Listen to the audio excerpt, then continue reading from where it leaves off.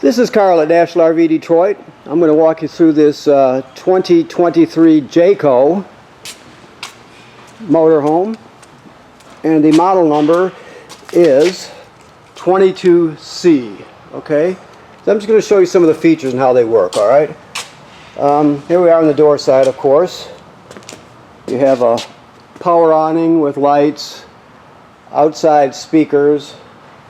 That's the service panel for your gas absorption refrigerator. The refrigerator runs on both 110 AC and LP gas. Of course, that's your water heater. Right now the water heater is empty because this is winterized. So you see the drain plug has been removed, or drain cap has been removed in this case.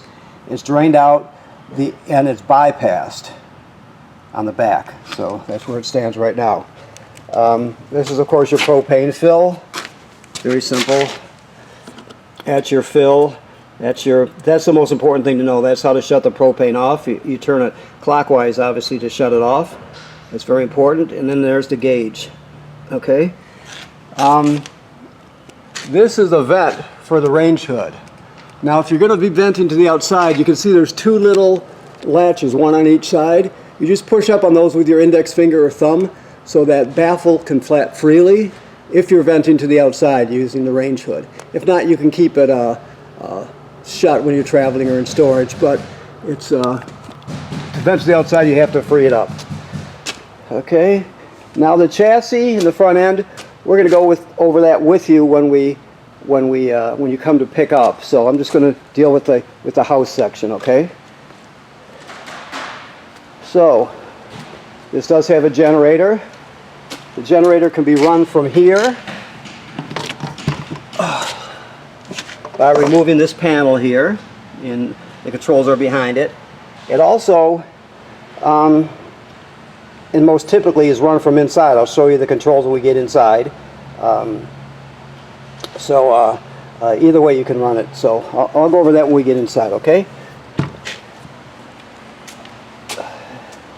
Outside shower, your bedroom slide right here.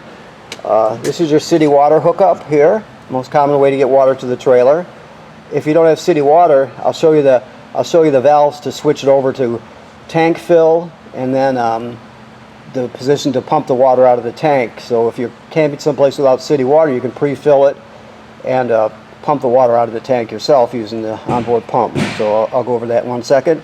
This is the black tank flush. So after you dump your black tank, you can put the hose at the dump station right on here, but before you turn it on, like it states on this sticker here, before you turn it on, you want to make sure that the dump valve for the black tank is open. That way too much pressure won't build up. So always make sure you have that valve open. Of course, your power cord tucks into there. Alrighty. So these are the valves I just told you about. Hopefully we can see them okay. You can see you just have two valves, right? And then you have this chart here. City fixtures, position 2 and 6 are the most common positions. So right now 2, that's in 2, and 6, that is in 6. So right now it's set up just for regular city water. Okay. You can also go to tank fill, sanitize and winterize, all the usual positions just by changing these two valves. Okay. These are your low point drains here. It's all very simple. Okay. The dump valves are right here, because there's the black tank valve, and then there's the gray there. And of course your filler for gasoline. Your gasoline is full and your LP is full, so it comes with a full tank of gas and a full LP tank.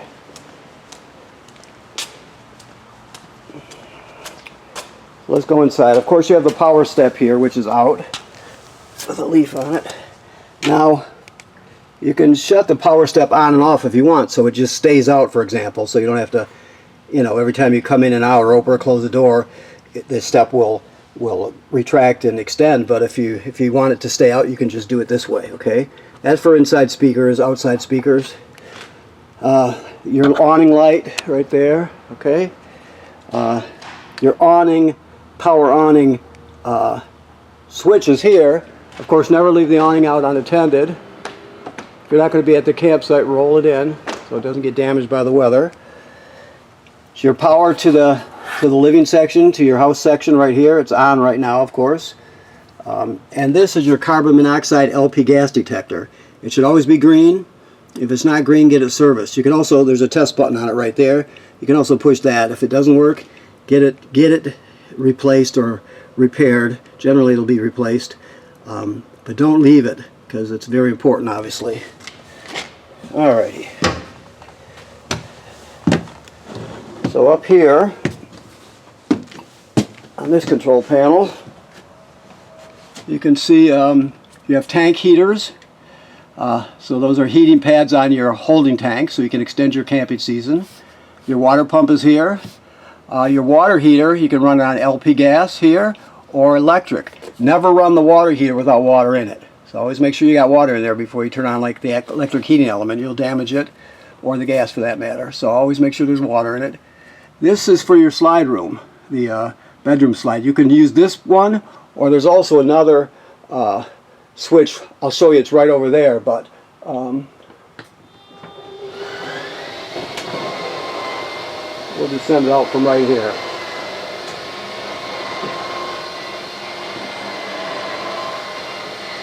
Of course, you fold the foot of the mattress down when it gets in the L position.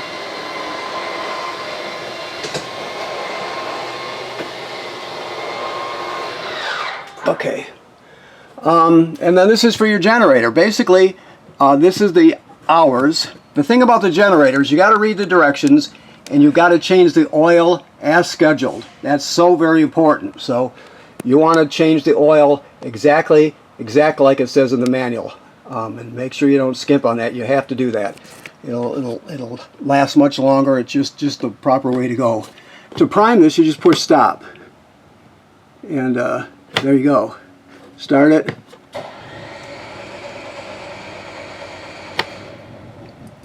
Hasn't been running a few days, so it'll take a couple tries here. Okay. There you have it. So it's that simple. Let me shut it off. Those are your operating hours. These are your tank levels. Battery, fresh, battery, fresh, black and gray. They graduate up in 1/3 increments.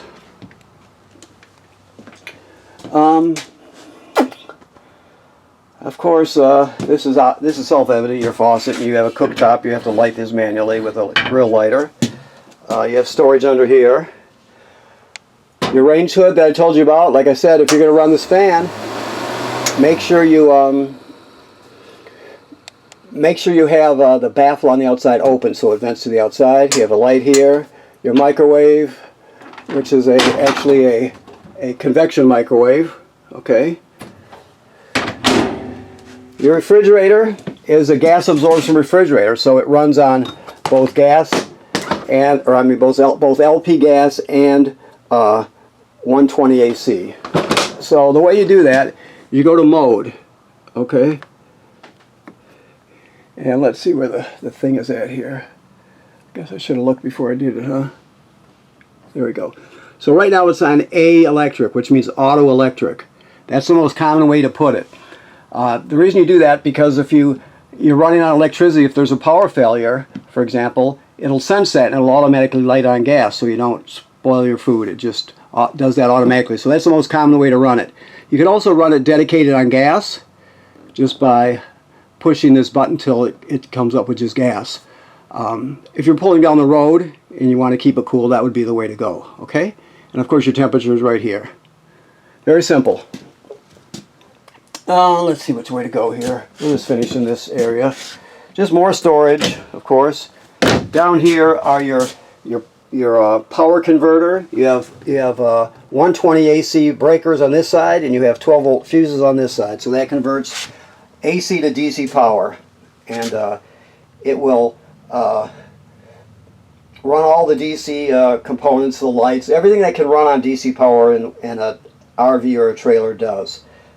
If some things have to be AC, like the microwave or the air conditioner, but most everything else is DC. So that's where the DC comes from. This also charges your battery while you're using it. Of course, your table can be turned into a bed if you need to. Your thermostat is an analog thermostat.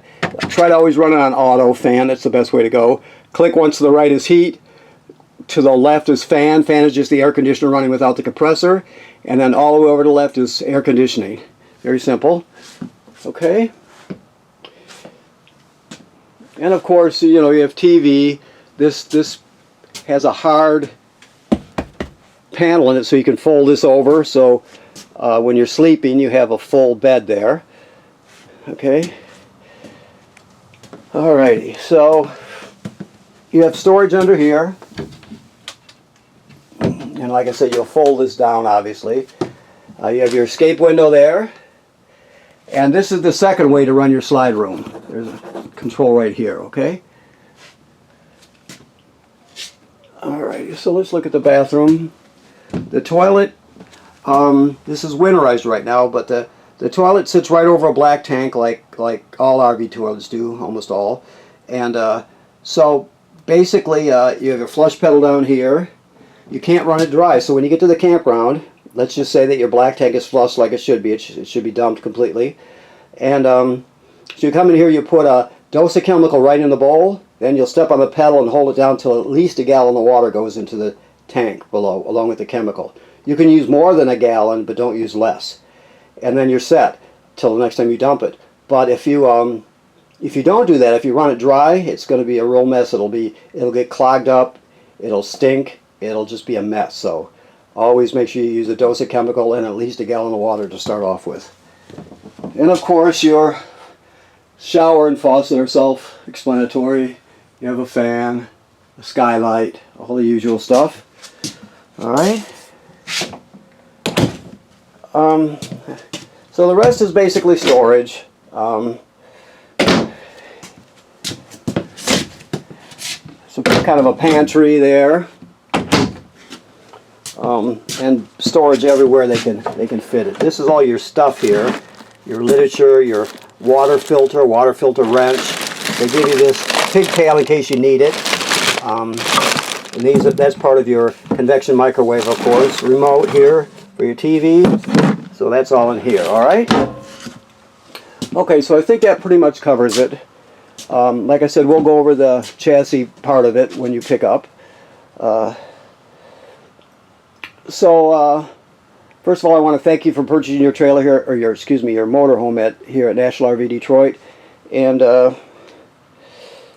this trailer is winterized, like I said. It's filled with antifreeze. The water's been purged out. The water heater is empty and it's in bypass. Never run the water heater without water in it.